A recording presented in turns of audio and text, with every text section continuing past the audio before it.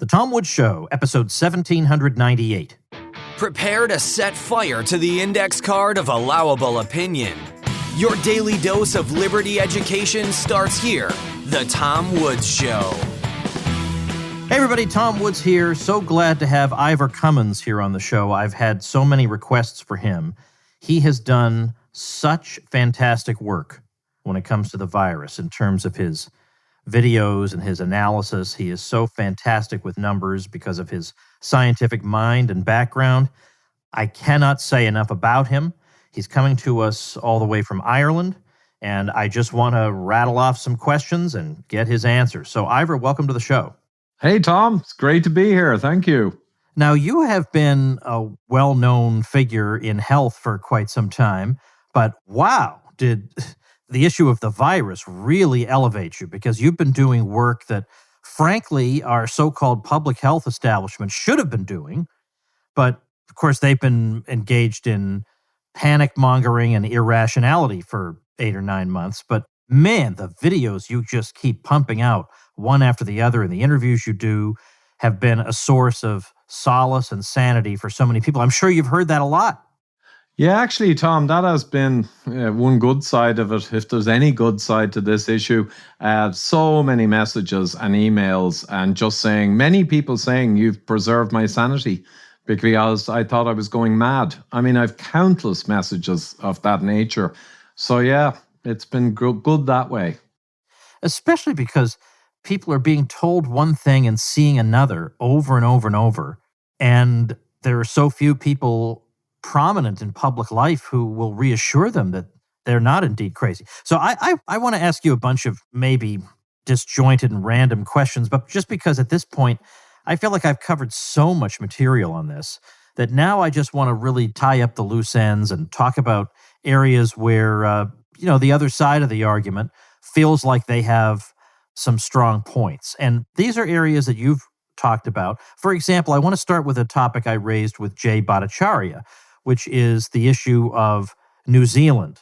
Because, of course, New Zealand is trotted out as an example of a country that listened to the scientists and they followed public health recommendations. And the result has been they've been able to get to zero COVID. Now, obviously, there have been outbreaks, small ones here and there, but they've basically gotten to zero.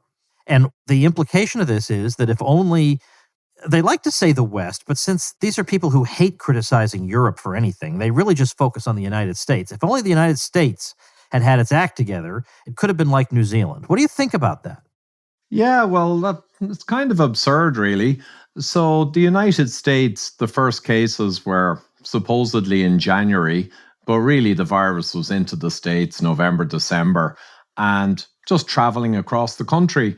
And then the virus tends to trigger seasonally. So we saw in the United States that the Northeast, which is like Northern Europe, Northern temperate, they got the rapid rise around March. And then it curls over, independent of lockdowns, and comes down. And that's the mortality ICU impacts. And then the southern states are more like Mexico or Peru, Brazil, and they rose up a few months later in a longer, flatter curve. So the virus goes through its own dynamics.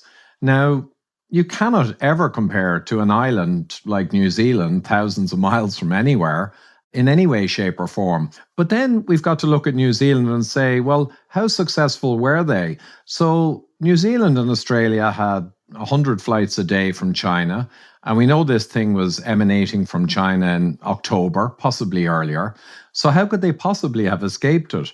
And the thing may be that New Zealand would have been exposed at the end of their summer season, where there's no triggering. So I note that legal people in New Zealand have informed me that New Zealand banned the import and use of antibody test kits around February, March, when they were locking down. Very unusual, because if they had used antibody tests, sensitive ones, they may have seen that there was quite a lot more circulation in the past in New Zealand than anyone was crediting. So there's lots of factors around New Zealand that are not like the simple narrative. So either they had a lot more exposure earlier and it wasn't recorded because there was no hype yet, or indeed they managed to control it better as an island nation But either way you go, it bears no relevance to a large country like America or like Europe with all the countries connected together. So it's kind of a useless compare, really. And we also have Japan that had incredibly low death rates and other Asian countries, and they matched New Zealand practically, but no one really talks about them.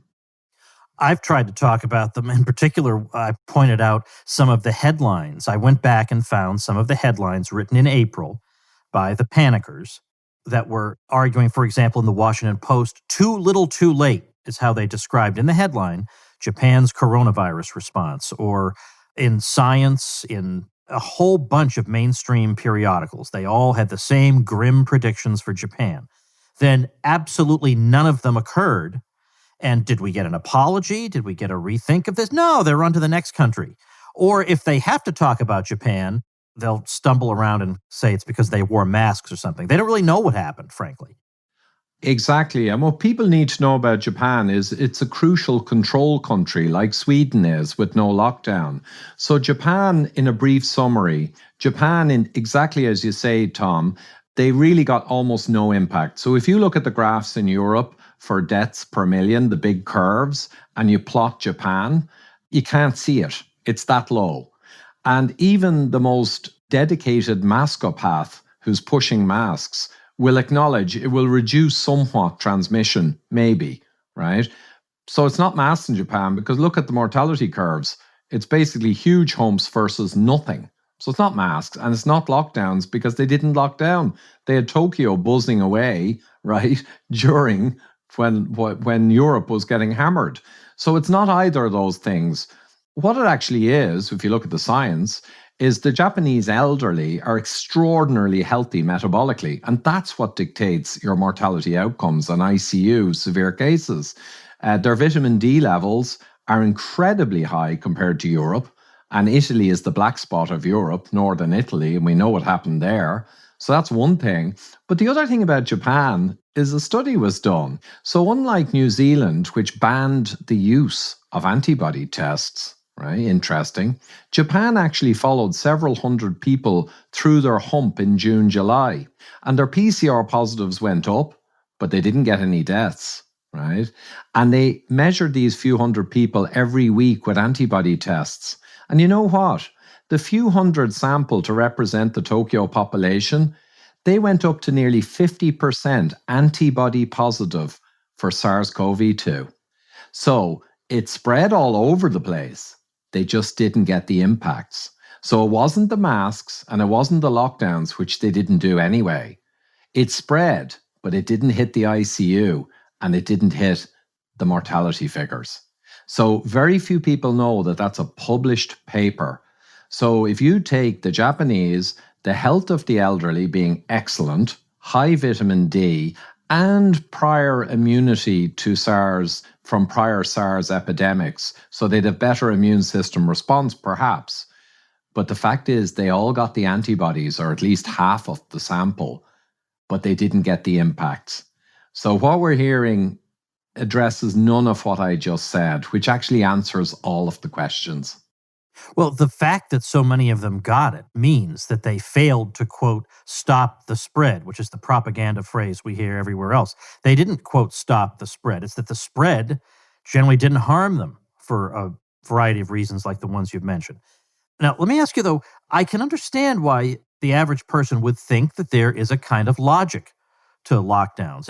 If we keep people apart, that should stop the process of infection, or at least temporarily. So why doesn't this seem to be the case? Well, because the viruses were here millions of years before us. And I can send you a link to the book of Hope Simpson, the British doctor and expert who spent 50 years on influenza-like virus transmission. His book's incredible. But the reality is that the virus can even travel, some published papers, on trade winds. And the virus kind of gets everywhere. So the other problem is by the time you're seeing a spike and the virus is triggering, your population already has been massively exposed, right? So everyone thinks when you're seeing a spike in mortality that the virus is spreading. No, It spikes, but it's already spread all over the place, right? So the lockdown, it would intuitively seem to stop it spreading, but it's nearly always after the event. And we see from 22 published papers that looked at lockdown versus mortality for up to 190 countries, full analysis, they all say the same thing. Lockdown does not correlate or link or have a relationship with mortality per million across all the countries. So we know this as a scientific fact. And the reason is because it comes too late. The curves have already been curling downwards in the R value people have heard about. And then they put in a lockdown. And guess what? Across the countries, when the lockdown goes in, the curve keeps falling without even shifting in shape. So we know the lockdowns don't affect it. And one of the main reasons is the viruses are all pervasive and you can wash your hands and keep some distance and it might help, but adding the lockdown just simply doesn't help. And we've seen that in all the published science. We saw it in New York, interestingly. Cuomo was scratching his head that 66% of new infections came from people who were locked down at home. Yeah. And he was wondering why. And the thing is, because the virus had already gone across New York by the time they locked down. So all that happened was it manifested in the following weeks. But the lockdown can't do anything. And one last quick one, Tom. People with their own eyes could see the logic if they wished. So the grocery workers, Ireland, UK and US, millions of grocery workers, 8 hours a day, no masks, not locked down at all, with all the great unwashed people coming in and out. This was in the epidemic in March, April, no masks. So they were super exposed to everyone. Guess what? No extra signal for infection or mortality for those millions of people. Nothing. So there's not lockdown people as a perfect kind of environmental experiment, and we got the answer. It made no difference them not being locked down at all. These are the same conclusions I've reached, and I started off in early March very, very worried about this. And I don't rebuke myself for that because at that time it was a little bit unclear as to what would happen. And I certainly was not at any time advocating anything like a lockdown. I just was thinking about caution in my own personal life until I got a handle on what was happening. And ever since then, everything I've seen backs up what you're saying. Now, you have become notorious for statistics and charts and meticulous presentations, and there are so many different numbers we can throw at people. But what do you think are the most important for people to grasp in order to get a sense of the true danger or otherwise here? Right. Well, I'd say the infection fatality rate numbers were bandied around like 4% way back at the start. That was absurd. It was clear from the Diamond Princess with 3,700 people on this ship, and they were a Petri ship where everyone was kind of locked in. And by the time they realized there was a problem, it had spread all over the place. And then they were locked in for another few weeks. So we saw there that there were only 14 passings, and these are older people, out of 3,700. So if you combine that with Professor John Ioannidis from Stanford, he did in April reports using the data to say that the infection fatality rate was around 0.2%, right? And for people under 70, it was probably around 0.05%. So these are tiny figures, not outside the envelope of a severe flu. And he was correct. The WHO, around a month ago, quietly put his latest paper up on their website without any press release. And it has those figures. And these are figures within the envelope of a severe flu. So SARS-CoV-2 is harder on older people, and it's much less hard on younger people and pregnant women. So overall, it can be compared to flu. But look what we did. And other numbers are Sweden this year will have no notable excess all-cause mortality with no lockdowns right through the epidemic itself. Same with Ireland, same with countless countries. So maybe people who are elderly or immunocompromised died a little earlier, which is sad, but it doesn't impact the yearly all-cause mortality. And the Financial Times and others, very sneaky, and I would say it's fraudulent. They pick a week or two from mid-epidemic where the spike was very high, and they try and compare it to similar weeks in the past. And usually April doesn't have an all-cause mortality spike. It's usually January in Europe. And they make these compares to make it look like this is special. But if you look at the high-level data comparing respiratory season to respiratory season across different years, you basically see almost no excess all-cause mortality. And that's a reality. That's the data. I don't think that's true. Well, there's been some debate in the United States right now whether it's true here, but it does seem to be true, certainly unambiguously, in other places, as you say.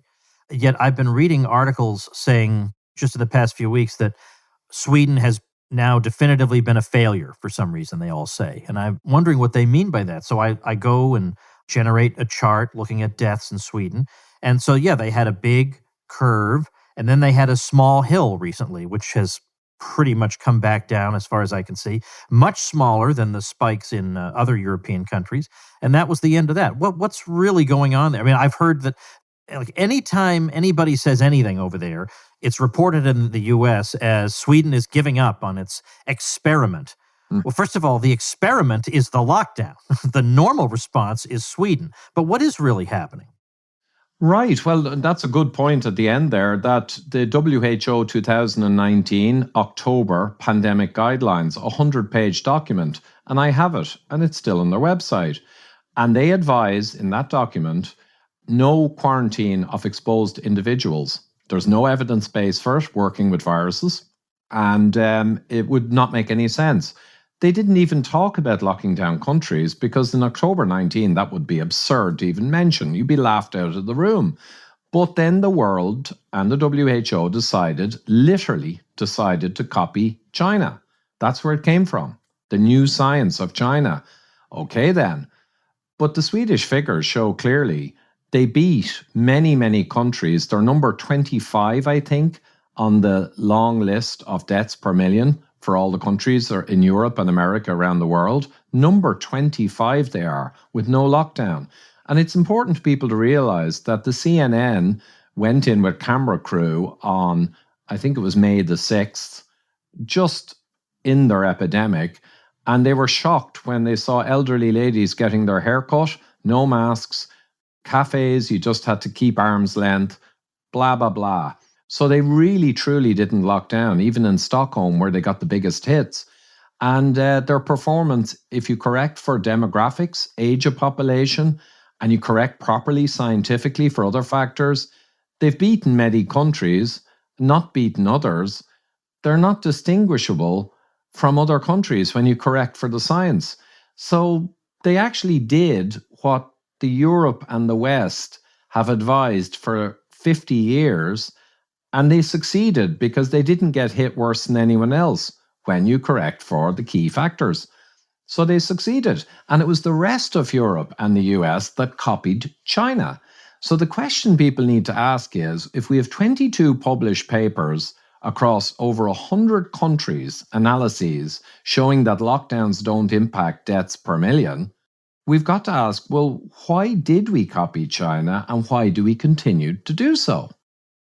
Well, that is a legit question. I've seen that asked a number of times.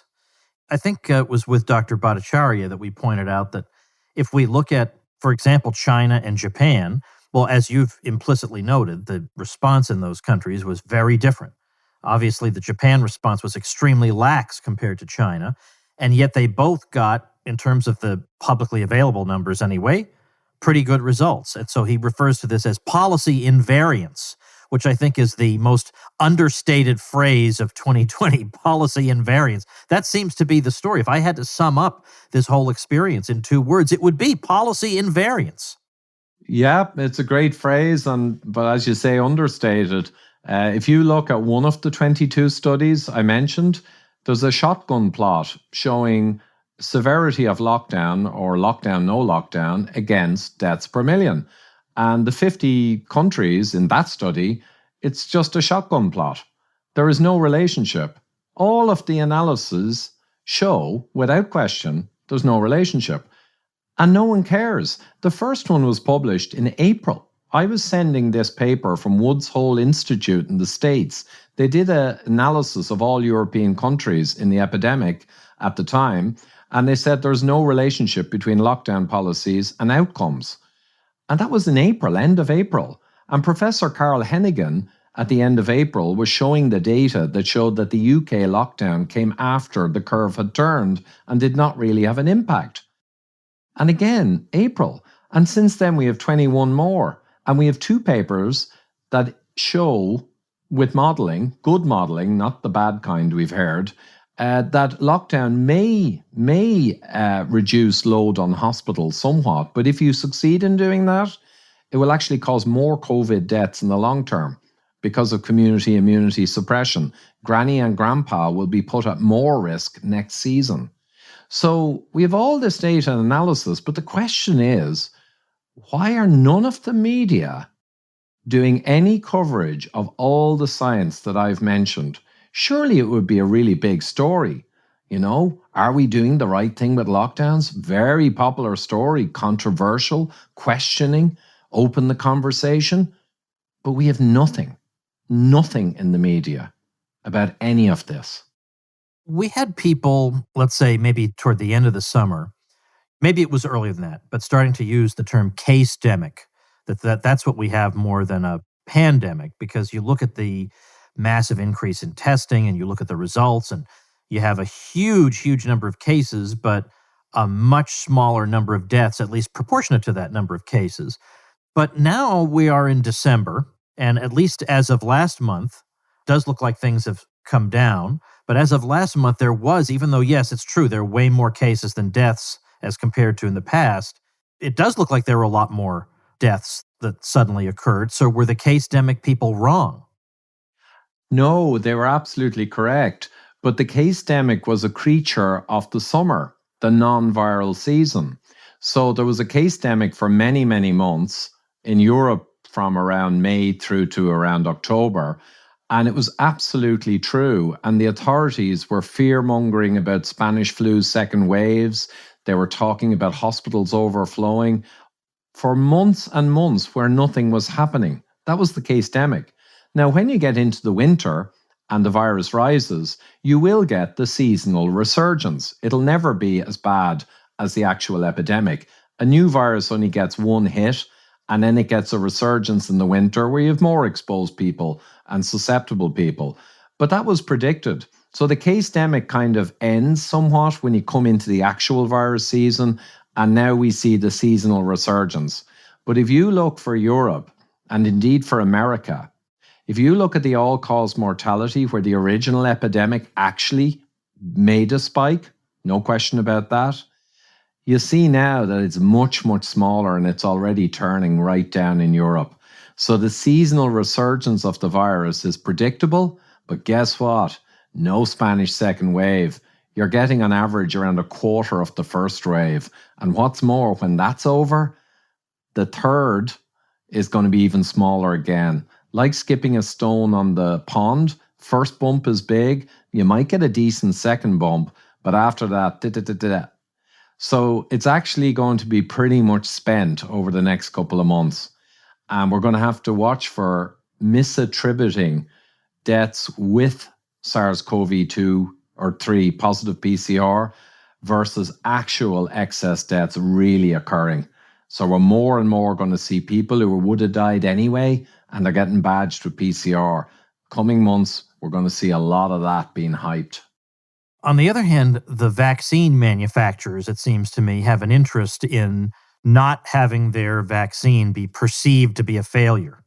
So you would think that they would have a vested interest in making sure that there's more accurate reporting of deaths, there's more accurate reporting of case numbers than we've had in the past, because now suddenly somebody's pocketbook depends on it. Any chance of that?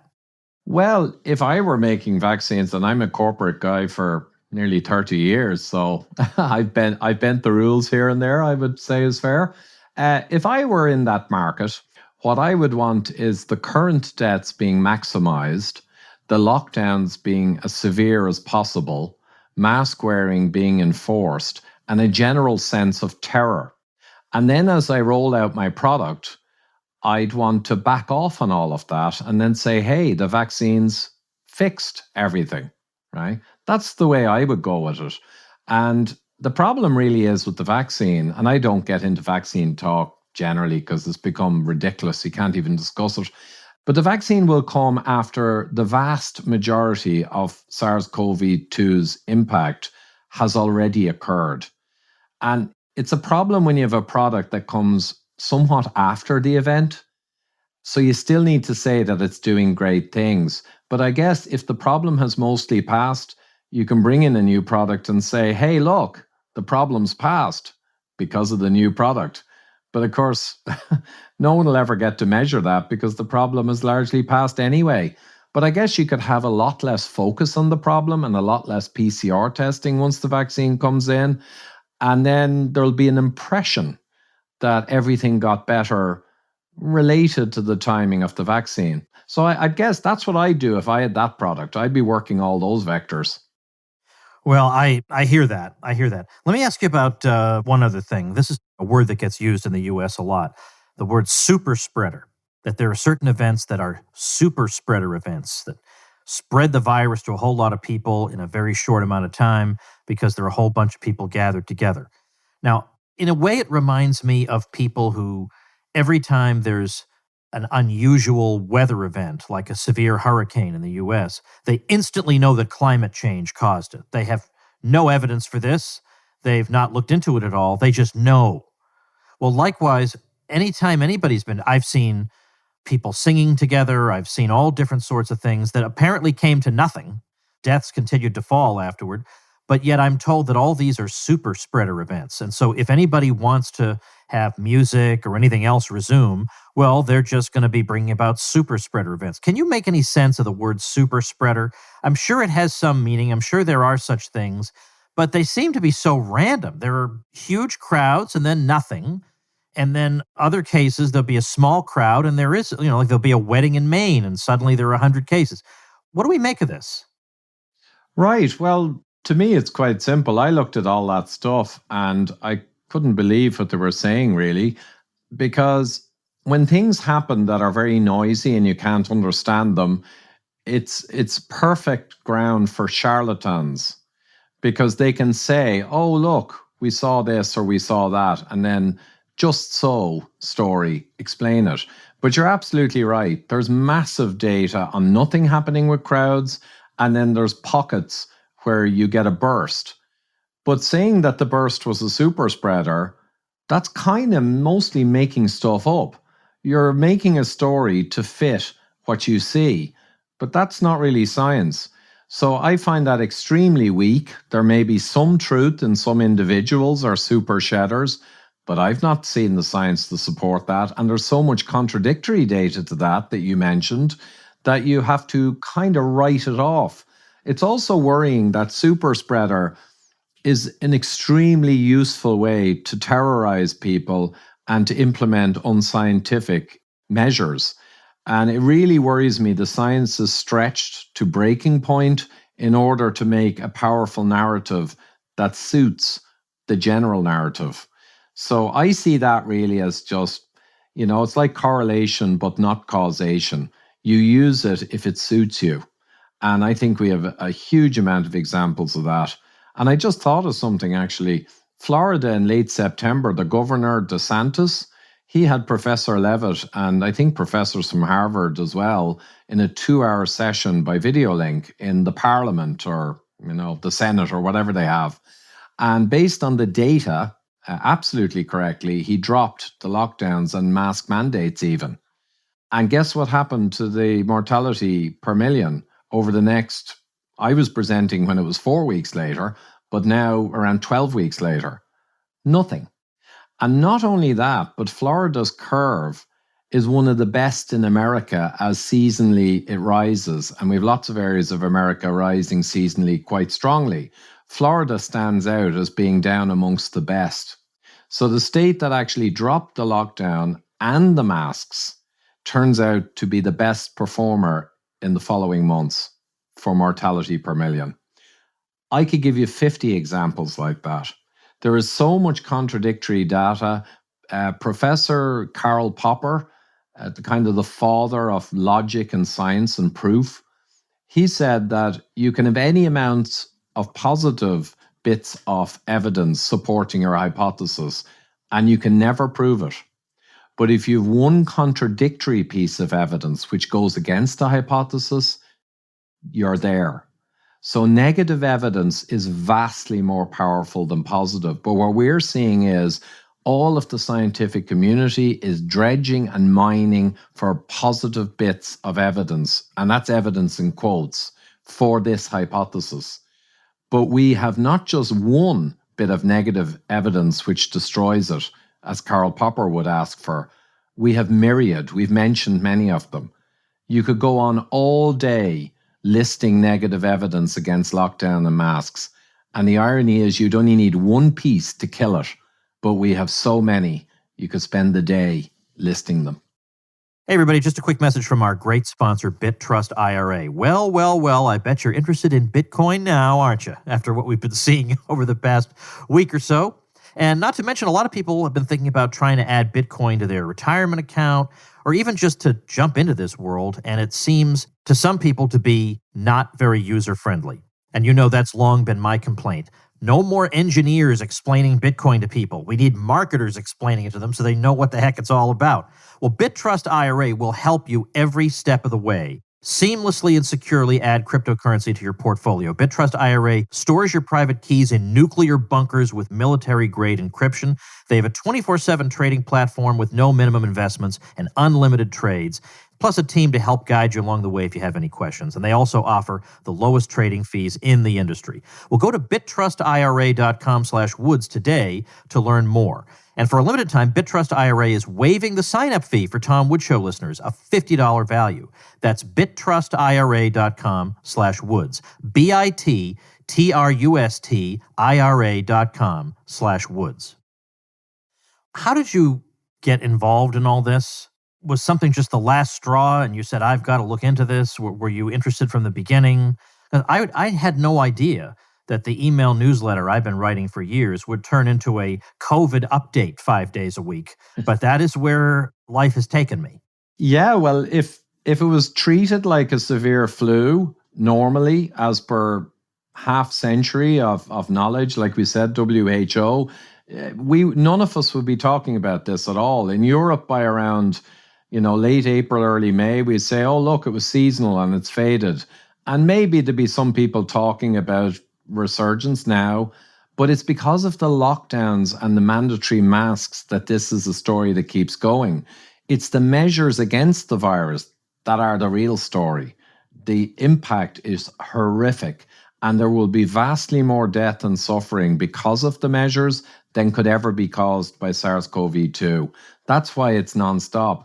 Back in March, my wife was concerned, and a friend was, who's an engineer, and I looked at it briefly and I said, no, sure, Diamond Princess ship, 3,700 people. They were more elderly type people. And there were only at the time 6 or 7 passed.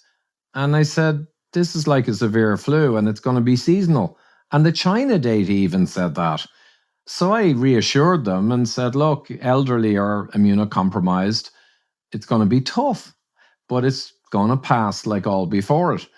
And then when they began to lock down, I said, okay, I can understand the panic reaction, but they're going to feel foolish in a couple of weeks.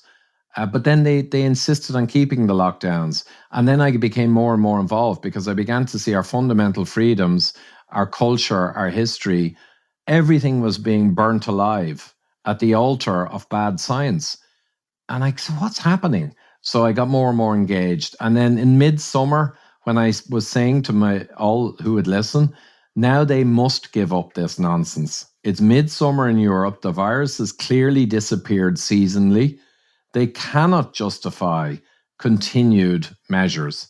And you know what they did then, Tom? They brought in mandatory masks under pain of prison sentence and fines all over Europe within a week or two. And then I realized, in fairness, no conspiracy theory stuff. This is not about a virus anymore. If you bring in mandatory masks in midsummer, when it's 100% certain that the virus is gone until the following October, November, that's it then. It's not about the virus. It cannot be. And I've heard this, and I know that just like with 9/11 and other horrific things that have occurred, naturally the state takes the opportunity to do things it's been wanting to do anyway, or to exercise power in one way or another. But the vast majority of ordinary people do think it's about a virus, and they are acting as if it's about a virus. I just pointed out on Twitter just the other day, I was at a restaurant, just yesterday, because I live in Florida, so I'm allowed to do what I want. And they're still handing out paper menus. And of course, some places it's a QR code. And I'm sure that works well for their 85-year-old guests. I'm sure they know exactly how to use a QR code to convey the menu. And it occurred to me that we've known for quite a while now that surface transmission is not how this thing is getting around. And the Washington Post just last week ran an article where the first two sentences were, "We don't have a single confirmed case of transmission of COVID-19 through surfaces, not one." And yet everyone is still acting as if the most important thing is disinfecting all surfaces and deep cleaning offices and spending, who knows, $50,000 on deep cleans, when if anything needs to be cleaned, it's the air rather than the surfaces. So on the one hand, you and I are accused of not following the science, but when it comes to things like surfaces or things like kids in school, questions like this, it seems like we've been, or T-cell immunity, seems like we've been right consistently, and the so-called scientific people have been wrong. I just note that as an observation.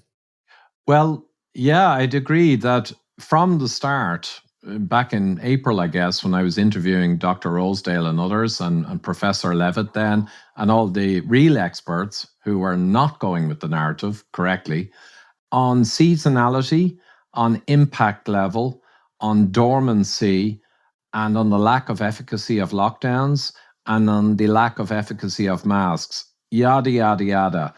It's turned out from the data that we were correct, let's say 80, 90%, pretty much correct. And it's turned out from the same data that the orthodoxy have turned out to be around 80 or 90% incorrect. So people sometimes challenge me and find something from the past at the very start of this. Oh, you said X. Now, A, no one can predict perfectly, but B, we're overwhelmingly correct on everything. Do we need to be 100% correct? That's impossible. How would we be? But yeah. the question is, who's been reasonable? Who's not been trying to panic people? Who's been trying to figure out how to cope with this like adults? And whose track record is mostly pretty good, as opposed to consistently wrong? Or, I mean, every month it was some additional panic too. Oh, it leads to this disease in children, and then they abandoned that. It was always some kind of crazy thing on top of it. Then it was long COVID. It's always something. And it's just panic, panic, panic. Yeah, and that's why it's not really about a virus, because, it's understandable that people can panic, but the relentless propaganda, and I said when I interviewed Professor John Lee in the UK, has been saying since March what we're saying. And he's professor of pathology. He's a couple of PhDs as well. And he's been bang on from the start. But when I interviewed him and I said, look, it's increasingly like propaganda. And he said, Ivor, it's not increasingly. It's been propaganda from the start. And he said that real journalism is when you look at the data and you look for a counter view to get a discussion going. Propaganda, by definition, is when you take a story we already know and you keep reinforcing it. So he said this has been propaganda from the start. Now, that was back, I think, in May, and it's got a lot worse since, because all during the summer, the propaganda went through the roof. Kawasaki disease, I looked at that and laughed when I could not believe what they were saying. That was the rare disease. And then they brought up long COVID, and all of the data at that stage, after many, many months, and having passed the epidemic, we roughly knew that yes, there are in a small percentage of people sequelae or knock-on longer-term effects, but that's not really different than shingles or influenzas. So they were hyping that. And I formed the opinion in the summer, and when they brought in mandatory masks, which was the most unscientific thing I've seen maybe in my lifetime, I realized then they're actually striving to get to the winter because they know it's seasonal, even though they denied it. The WHO on 28th of July came out with a bulletin saying it's not seasonal, right when we knew it was. But I realized they're trying to get to the winter because they know there'll be a resurgence in the winter. That's normal. They're actually trying to bridge the gap to get to the winter, to have ICU and a bit of mortality action, and then drive things into hysteria again. And I just realized, why are they doing this? Not the 90% of people at the time who believed this, because the propaganda psychoses the people, and we understand that. And not the academics who are kind on the payroll and going with the narrative. But who's really driving the narrative and managing to make this so unscientific for so long? And we won't get into that discussion really, but it turns out there are very powerful, openly discussing how coronavirus is a huge opportunity not to be missed to reshape the world. And they're bringing up climate, they're bringing up health passports, and they're kind of openly saying that this is a huge opportunity. And I think that's a big part of what's been keeping this engine going, is it's seen as an opportunity for other objectives. I don't know what to say. It's so frustrating because I feel like I've never been more right about anything. And I thought by now more people would recognize the wreckage that they were causing. And to the contrary, it's that either they're so embarrassed by what's happened that they don't dare admit it, so they have to double down, or they genuinely don't see it, or they're outright sinister. I mean, none of these is a particularly favorable outcome, let's say. Yeah, it's a tough one. I think what you've got is you've got very senior people where it's more the classic sinister, not a conspiracy theory, but just a very long game, kind of corporatocracy type planning going on for decades. And now there's opportunism because they see that you can bring in medications that would have taken huge amounts of time to get approved, new classes. You can bring them in 6 months. You can get in passports and surveillance and tracking and all these things that bureaucracies love, especially sinister bureaucracies. And you can get them in a couple of months. You might spend 10, 20 years lobbying for them otherwise. So I think a lot of very, very bad elements just saw Corona rise and realized, oh my God, disaster capitalism. This thing's going to be a fairly big hit. The authorities in WHO are all going after it like it's the bubonic plague. And wow, this is an opportunity. And I think a lot of the bodies like the World Economic Forum and the WHO itself and other foundations that are very linked to pharmaceuticals, and even UN had long-term goals for more control of the West. And I could go on, but all of these bodies are very much communications-wise interconnected. And they're all really connected by one big factor. The World Economic Forum, if you look up their partners, corporate partners, I nearly fell out of the chair. They officially on their website have 600 or 700 corporate companies are their partners. I mean, it's basically all of the corporate world are their partners. And the pharmaceutical industry is intertwined with the WHO, which is intertwined with other foundations. So, they're all connected and they're all looking at this and they're salivating. And I think that's a big driver at a high level. And then absolutely, as you said, there are other drivers below them, what I call the useful idiots. Yes. I think it was Churchill called those people. And they're all the academics and politicians who have gotten themselves in a froth. They've been driven by the top, but they're sustaining this madness in their own way. It's self-sustaining. And I think the political embarrassment also applies, because a lot of clever politicians will realize if we go into this winter and in all-cause mortality, it's not actually that impactful, people are going to start saying, hold on a minute, it was seasonal and the first hit was the worst and there is community immunity developed. And the conspiracy theorists were correct. So they can't allow that because of the damage they've done. So they have to put in lockdowns so that if the winter turns out to go through a hump but actually come back down and be okay, they need to be able to credit that with the lockdown anti-science that they've already been using. Otherwise, that anti-science would clearly become like false, which it is. So there's so many drivers in this to keep it going. And then there's, of course, the new vaccination products, which everyone's invested massive amounts in. And that's what they've always said will save us. They need to make that narrative come true. So they need to keep doing lockdowns and masks and keep everyone in a state of tension in order to deliver their magic sauce. So the whole thing, it's actually quite simple to me as a root cause diagram I could do on what I just said, and it wouldn't even be a complicated one. Lots of factors, lots of drivers, lots of self-reinforcing feedback loops. But to be honest, pretty obvious at this stage what's happened. If people want to follow your material, and they certainly should, what's the easiest way for them to do that?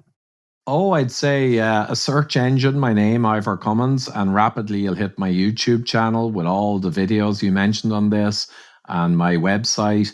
And I might just send you one link to include. I did a blog post and it has the 22 papers I mentioned that lockdown doesn't really work, and they're downloadable in PDF, and also links to the harms of lockdown, plenty of references for the horror.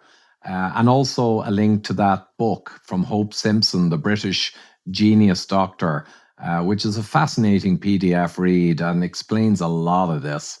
I will gladly put those up. I'll link people to I'll put your YouTube channel on the show notes page, as well as these links. Show notes page will be tomwoods.com/1798. I'll also put my own blog post called Death by Lockdown, because I was tired of explaining it from scratch to every single nut on Twitter. So I thought, well, I'm going to have one blog post and all I have to do is paste the link every time. So that's what I did. Saved me a lot of grief. So your website, thefatemperor.com, is that your website? Oh, that's the website. The YouTube is probably the best place, or Twitter, but thefatemperor.com, and it's EMPEROR, because a lot of people put ORER, and I don't know where that goes, probably to soft porn websites or something. No, they got to learn spelling. That's the key. So, all right, very good. Well, I'll link to all this at tomwoods.com/1798. I appreciate your time. I appreciate what you're doing. You've really, really been heroic. You've helped to keep me sane, which in turn has helped to keep other people sane. So thanks again. Thanks so much, Tom. And we can circle back later and see where this thing is headed towards. I'd love to do that. Thank you. Thank you. Okay, everybody, before we wrap up for today, I want to tell you about another creative Tom Woods Show listener.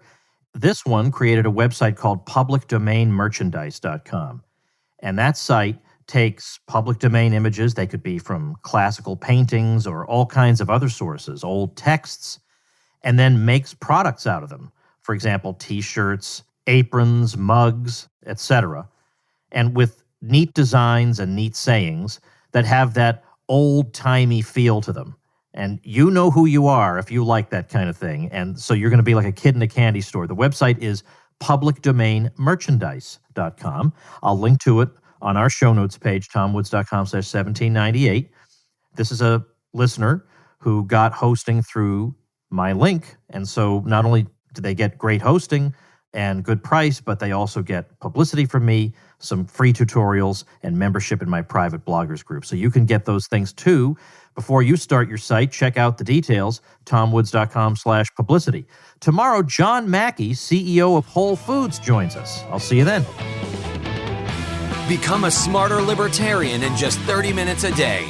Visit tomwoods.com to subscribe to the show for free, and we'll see you next time.